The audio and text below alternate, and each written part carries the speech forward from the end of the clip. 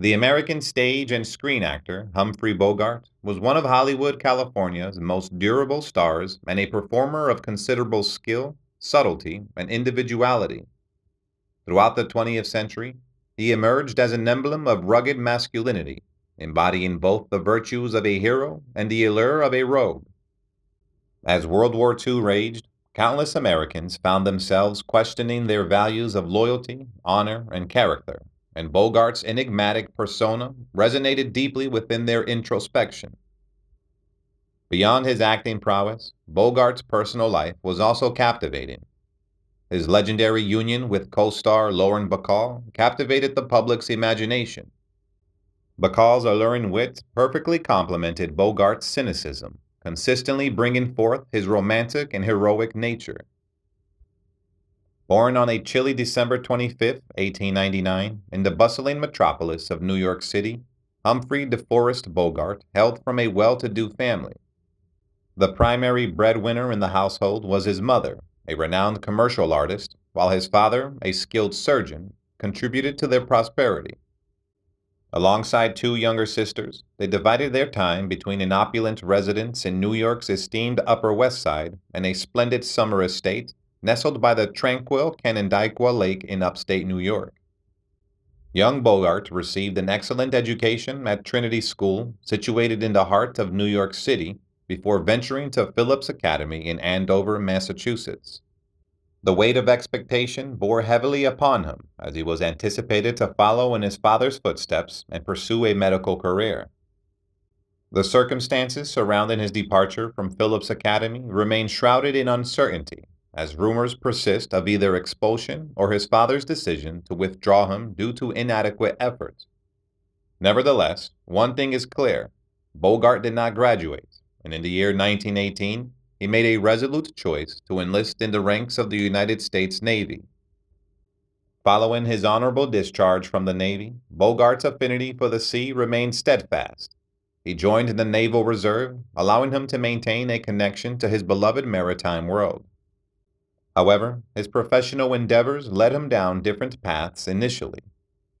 After trying his hand at various occupations, including working for an importer and as a bond salesman, fate intervened when he entered the realm of World Films, a company owned by his family friend William S. Brady. Despite his initial struggles in behind-the-scenes roles, Bogart became enamored with the allure of the acting profession and began to make regular appearances on stage. During this time, he predominantly played minor romantic secondary characters, savoring the taste of the spotlight. Bogart's journey in matrimony paralleled his budding acting career. In 1926, he exchanged vows with Helen Menken, a renowned actress. However, their union proved incompatible, leading to a divorce a year later. His second marriage followed in 1928, as he tied the knot with fellow actress Mary Phillips. The couple even shared the stage for a period, showcasing their talents together. Yet, as the stock market crashed in 1929, the production of stage plays significantly declined. Bogart found himself among a wave of aspiring actors who migrated westward to Hollywood in search of employment opportunities. Mary, the more established performer, chose to remain in New York, where she still had work awaiting her. Upon arriving in Hollywood, Bogart found himself amidst the dawn of the talkies era, where actors with distinct enunciation were highly sought after. He inked a contract with the Fox Corporation, but his initial foray into films fell short of success, resulting in the termination of his contract. Other ventures with different production companies also proved disappointing. In 1934, Bogart made the pivotal decision to return to New York, where Mary continued to flourish as an actress. It proved to be a fortuitous move, as he soon found himself offered an opportunity to audition for a groundbreaking role in the stage play The Petrified Forest.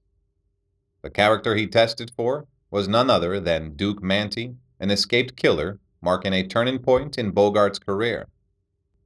When the play was adapted into a film in 1936, Howard once again advocated for Bogart to portray Duke Manty. The movie proved to be a resounding success, ultimately leading to a coveted contract with Warner Brothers. At last, Bogart had firmly established himself as a bona fide Hollywood actor. However, amidst this newfound stardom, Bogart's personal life faced trials. Despite his soaring career, his second wife, Mary, staunchly refused to abandon her theatrical roots in New York. The strain of a divided marriage proved insurmountable, leading to their divorce in 1937. The following year, Bogart entered into his third marriage, this time with Mayo Methot, an actress known for her fiery personality and fondness for alcohol. Both Bogart and Methot developed reputations as fiery individuals, earning them the moniker of the Battling Bogarts. Although Bogart was prolific in his early film career, appearing in over 30 movies in 4 years, starting from 1936, he often found himself trapped in disappointing B pictures. He sensed correctly that he was often handed gangster roles that top stars like Cagney had turned down. While some standout films such as Dead End in 1937, Angels with Dirty Faces in 1938, and They Drive by Night in 1940 showcased his talent, it wasn't until 1941 that he encountered two roles that would catapult him into superstardom. In 1941, Bogart found himself in the hands of two influential figures who would shape his career. John Huston, who would become a prominent collaborator in Bogart's future endeavors, penned the script for High Sierra. The film, helmed by the masterful Raoul Walsh, showcased Bogart's astute portrayal of Roy Mad Dog Earl, a complex and sympathetic character. With critical acclaim and commercial triumph, the movie solidified Bogart's status as a rising star. That same year, Bogart had the opportunity to work with John Huston again, this time in Huston's directorial debut, The Maltese Falcon. In the role of the detective Sam Spade, Bogart showcased a more nuanced portrayal, infusing the character with a romantic touch alongside his customary tough guy persona. The film boasted an exceptional supporting cast, including the talents of Sidney Greenstreet and Peter Lorre, who would also join Bogart in his next memorable venture, Casablanca, the film for which he is most renowned. In Casablanca, Bogart had the chance to shine opposite the captivating Ingrid Bergman. Portraying Rick Blaine, the enigmatic club owner in war-torn Casablanca, Bogart skillfully delved deeper into his character's layers, revealing a romantic side beneath the hardened exterior. The film became a colossal success, captivating audiences and enduring as a beloved classic. Although Bogart received the Best Actor Oscar nomination for his remarkable performance, to the surprise of many, the award went to Paul Lukas for Watch on the Rhine. Having solidified his status as a leading box office attraction, Bogart emerged as the highest-paid actor in Hollywood. Over the next decade, he graced the silver screen with a series of outstanding films, showcasing his exceptional acting prowess to the world. It was during the filming of To Have and Have Not in 1944 that he encountered a young and aspiring actress, Lauren Bacall, who had initially started her career as a model. Their ensuing romance ignited both on-screen chemistry and real-life fireworks. Bogart's troubled marriage to Mayo Methot, marked by Methot's jealous outbursts on set, finally came to an end in May 1945, allowing him to embark on a joyous union with Bacall just 11 days later. The marriage to Bacall proved to be Bogart's first truly blissful partnership, and together they cultivated a contented family life. They welcomed their son, Stephen, in 1949, and their daughter, Leslie Howard, in 1952, named in honor of the actor who had played a pivotal role in Bogart's career, but tragically lost his life in an air crash during World War II. Bogart continued his streak of successes with To Have and Have Not, and Warner Brothers offered him a remarkably generous contract worth $1 million per year. He went on to collaborate with Bacall in 3 more films, including The Big Sleep in 1946 and Key Largo in 1948. Additionally, in 1948, Bogart teamed up with John Huston for The Treasure of the Sierra Madre. His portrayal of the morally flawed prospector Fred C. Dobbs stood out as one of his most remarkable performances. Yet, he surpassed even that with his masterly acting in A Lonely Place in 1950, where he skillfully portrayed a character consumed by anger and self-loathing.